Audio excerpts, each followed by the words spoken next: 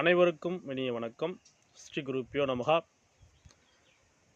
ஸ்ரீ வராகம் மிகிரர் YouTube channel உங்களுக்கு நிறைய விஷயங்களை ஜோதிடம், வாஸ்து, எண்கணிதம், ரத்னசாஸ்திரம், பரிகாரங்கள் போன்ற தலைப்பில் நிறைய விஷயங்களை நமது சேனல் கொடுத்துட்ருக்கு உங்களுக்கு. அந்த வகையில் இன்றைக்கி நம்ம பரிகார சம்பந்தமாக ஒரு பதிவு பார்க்கலாம். மிக மிக கைமேல் பலன் தரக்கூடிய அருமையான பரிகாரம். இந்த பரிகாரங்களை நீங்கள் அழகாக செய்து வாழ்வில் வெற்றியடைய அந்த எல்லாம் வல்ல பரம்பொருளை பிரார்த்தித்து கொண்டு விஷயத்துக்கு வருவோம். அதாவது கணவன் மனைவி ஒரு மனித வாழ்க்கையில் இளமை காலம் தாய் தந்தையோட அந்த காலகட்டங்கள் ஓடிவோம்.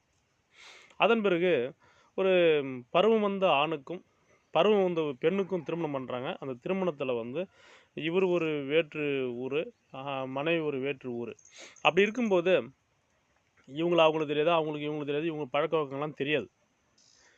இப்படிப்பட்டவங்க உடல் ரீதியாக இணையும் போதும் மனசு ரீதியாக இணையும் போதும் அவங்களுக்குள்ள ஒரு சில சங்கடங்கள் ஒரு சில நேரங்களில் வரதான் செய்யும். அந்த சங்கடங்கள் இல்லாமல் தவிர்த்து கொள்வது எப்படி, கணவன் மனைவியுடைய அந்த சந்தோஷங்களை நிலைத்திருக்க செய்வது எப்படி என்ற ஒரு தாந்திரிக பரிகார முறையை எனது மருதமலை குருஜி ஐயா அவர்களுடைய பதிவிலிருந்து இன்று அவங்களுக்கு தரேன். இந்த பரிகாரம் உண்மையாக அனுபவபூர்வமான பரிகாரம். இதை நீங்கள் 100% நம்பி பண்ணலாம். அருமையாக பலன் தரும். சரி, என்ன பரிகாரம் அப்படின்னு பார்க்கும்பொழுது, கணவன் மனைவியிடையே சண்டை சச்சரவு இருக்குமானால்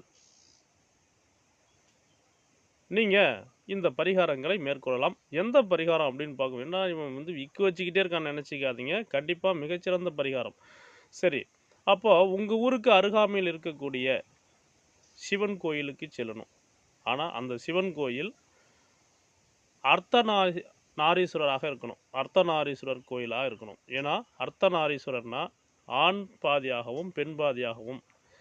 நம்ம உடம்புல எப்பயுமே வலது பாகம் பெருசாகவே இருக்கும். கை, கால், இந்த பக்கம் கன்னம், இந்த காது எல்லாமே பார்த்துக்கும்போது விரலுடைய அந்த தடிமன் கூட பெருசாக தான் இருக்கும். நீங்கள் செக் பண்ணி பார்க்கலாம்.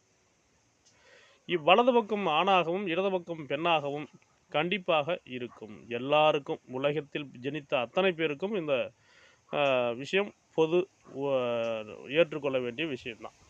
அந்த வகையில் இந்த கணவன் மனைவி ஒற்றுமைக்கு இந்த அர்த்தநாரீஸ்வரர் கோயில் மிகச்சிறந்த பரிகார ஸ்தலமாக விளங்குகின்றது. அது உங்கள் ஊருக்கு அருகாமையில் இருக்கலாம், தூரத்தில் இருக்கலாம். அப்படின்னு நீங்கள் எந்த ஊர்னு பாருங்கள்.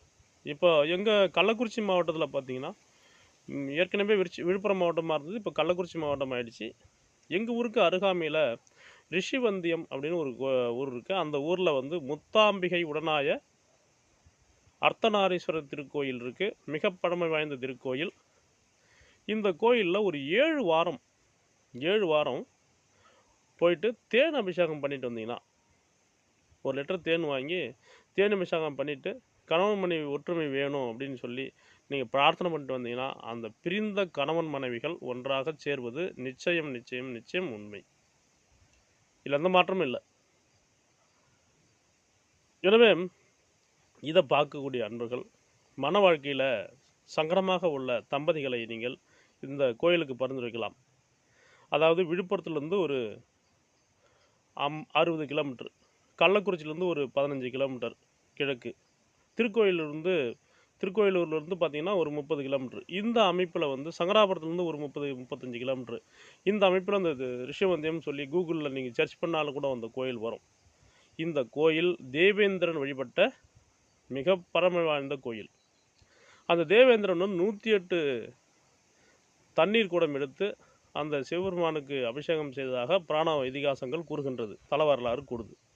அப்புறம் என்ன பார்த்தீங்கன்னா, அந்த ஆயிலி நட்சத்திரக்காரங்க பார்த்தீங்கன்னா, அந்த ஆயிலி நட்சத்திரத்துடைய மரம் விருட்சம் அப்படின்னு பார்க்கும்போது புன்னை மரம். அந்த ஆயிலி நட்சத்திரக்காரர்கள் ஒவ்வொரு மாதமும் ஆயிலி நட்சத்திரத்தன்று தங்களுடைய ஜென்ம நட்சத்திரம் ஆயில்யமாக இருக்கணும், அவங்க இந்த கோயிலுக்கு வழிபட்டால் வாழ்க்கை சிறப்படையும். அவங்க வாழ்க்கையில் இருக்கக்கூடிய தீமைகள் விலகி நன்மைகள் அதிகமாக நடக்கும்.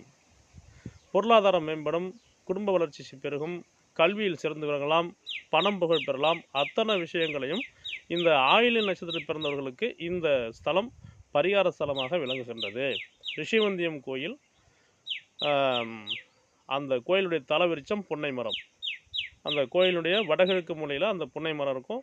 அதுக்கு போயிட்டு வழிபாடு பண்ணிட்டு வந்து சாமியை கும்பிட்டுட்டு நவகிரகத்தை கும்பிட்டுட்டு அந்த மரத்துக்கு வந்து பூ, மஞ்சள், சந்தனம்லாம் வச்சு வழிபாடு பண்ணிட்டு வந்தீங்கன்னா உங்களுக்கு வந்து அந்த வாழ்க்கை சிறப்பாக அமையும். இன்றைக்கி நம்ம பார்த்த விஷயம் என்ன அப்படின்னு பார்க்கும்போது, ஒன்று, கணவன் மனைவி ஒற்றுமைக்கு எந்த அர்த்தநாரீஸ்வரர் கோயிலாக இருந்தாலும் அந்த கோயிலுக்கு போயிட்டு வெள்ளிக்கிழமையில் அல்லது செவ்வாய்க்கிழமையில் அர்ச்சனை செய்து வர, கணவன் மனைவி 2 பேருக்கும் வந்து நட்சத்திரங்களுக்கு அர்ச்சனை செஞ்சுக்கணும். அப்படி 7 வாரங்கள் பண்ணினால் உங்களுடைய மன வாழ்க்கையில் இருக்கக்கூடிய பிரச்சனைகள் தீர்ந்துடும். அடுத்து, ஆயில்ய நட்சத்திரம் பிறந்தவர்கள், ஆயில்ய நட்சத்திரத்தில் வந்து ஜனித்த நபர்கள் இந்த கோயிலுக்கு வந்து அர்ச்சனை ஆராதனைகள், தேன் அபிஷேகம் செய்து வர வாழ்வில் வெற்றி கிட்டும். எனவே அன்பர்களே, நமது சேனலில் இதுவரை நீங்கள் சப்ஸ்கிரைப் பண்ணுங்கள். அப்போ தான் நம்ம போடக்கூடிய உங்கள் பதிவுகள் உங்களுக்கு ஒரு நோட்டிஃபிகேஷனாக உங்கள் ஃபோன்லேயே வந்து நிற்கும். அதனால் சப்ஸ்கிரைப் பண்ணுங்கள், பெல் பட்டனை அழுத்துங்க, ஷேர் பண்ணுங்கள். நன்றி, வணக்கம். வாழ்க வளமுடன், வாழ்க நலமுடன், வாழ்க வையகம்.